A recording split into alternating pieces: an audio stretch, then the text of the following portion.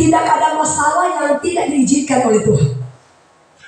Ketika Tuhan mengizinkan masalah terjadi dalam hidup saudara dan saya, Tuhan punya rencana, Tuhan punya maksud, Tuhan punya tujuan.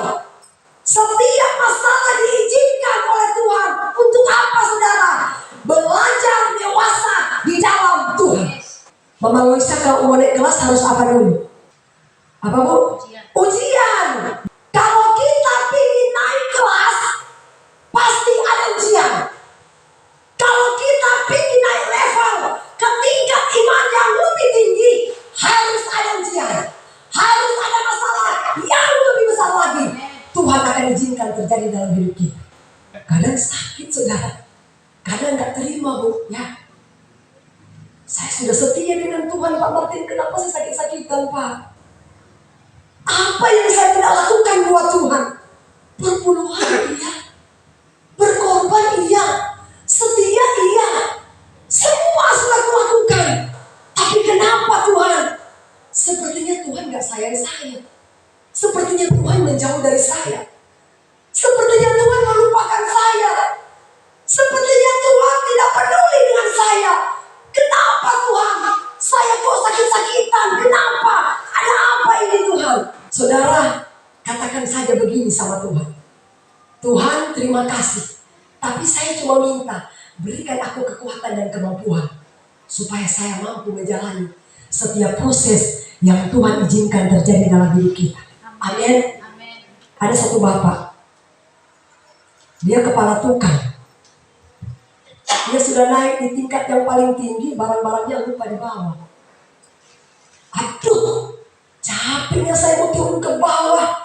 Nah, dia lihat ada DP anak buah, dia panggil. Contohnya Teddy. Pak Teddy, Pak Teddy. Aduh, Pak Teddy ini luar biasa.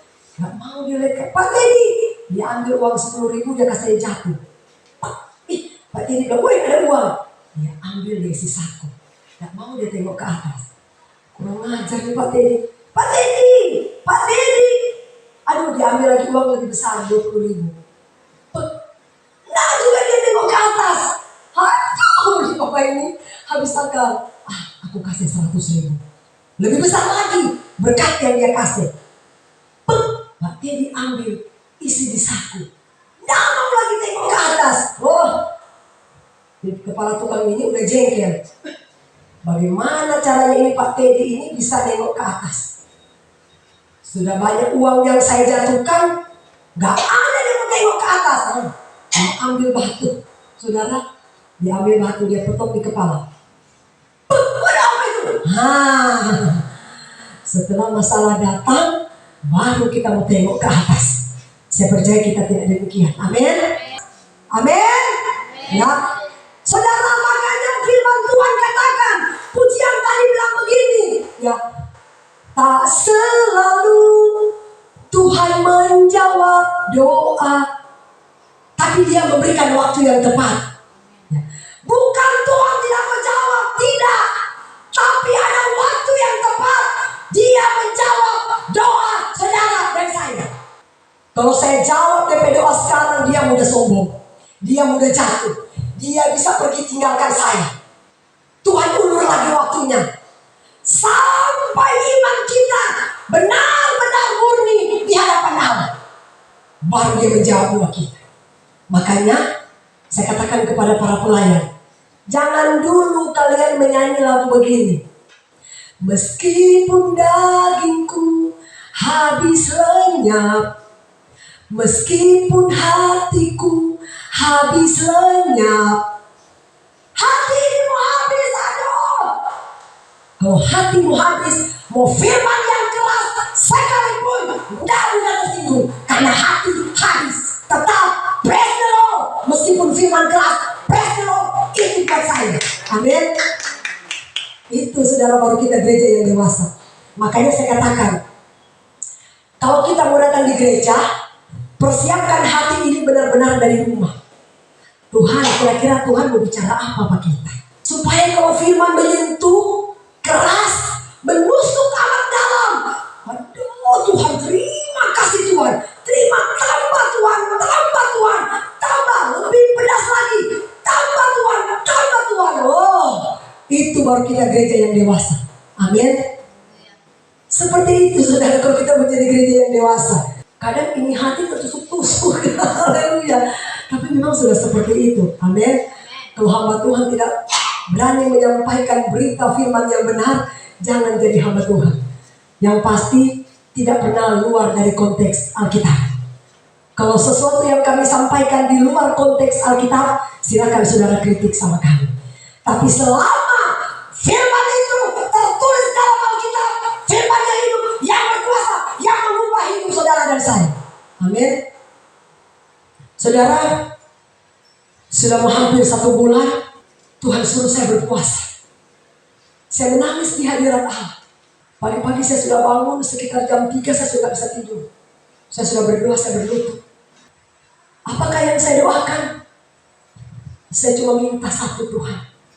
Bukakan mata hati jemaat. Buat mereka mengerti firman Allah. Itu aja saudara tujuan saya berpuasa. Gak ada saya berpuasa minta harta Tuhan, minta kekayaan. Tapi saya cuma minta bukakan mata hati jemaat. Buat mereka bertumbuh dewasa di dalam Tuhan.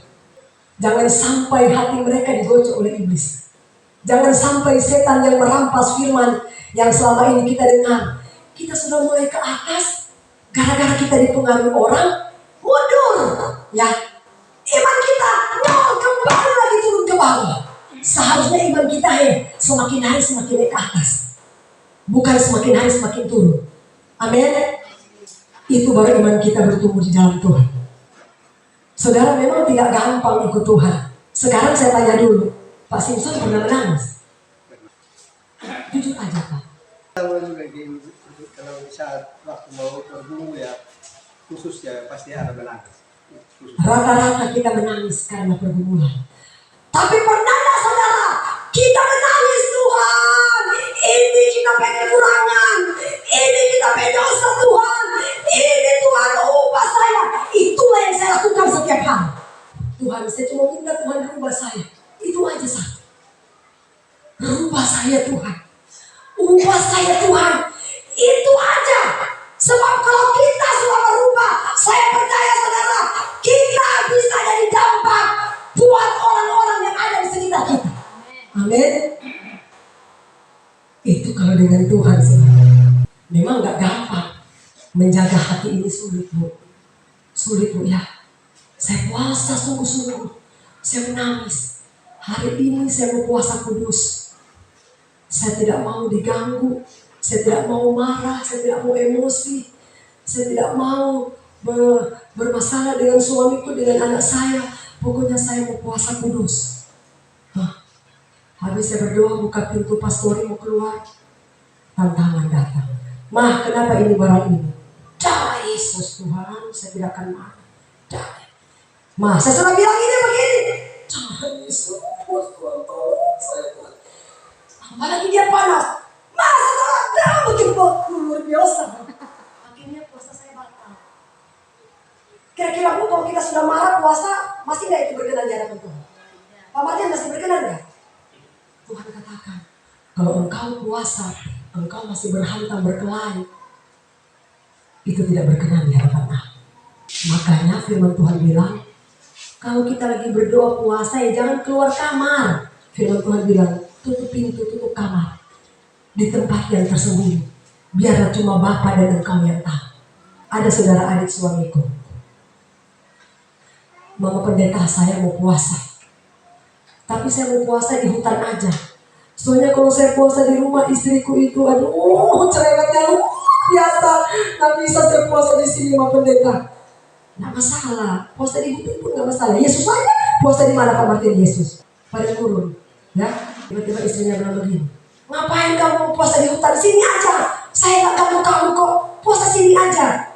Akhirnya sudah dia puasa di rumah. Dia tutup pintu. 3 hari 3 malam dia tidak makan, tidak minum. Hari pertama tidak ada tantangan. Hari kedua Mama pendeta, aduh istri saya dia putar itu tape kerasnya luar biasa. Aduh saya terganggu di kamar saya berdoa. Aduh saya mau keluar lebih marahin istriku, gimana ini Tuhan saya puasa.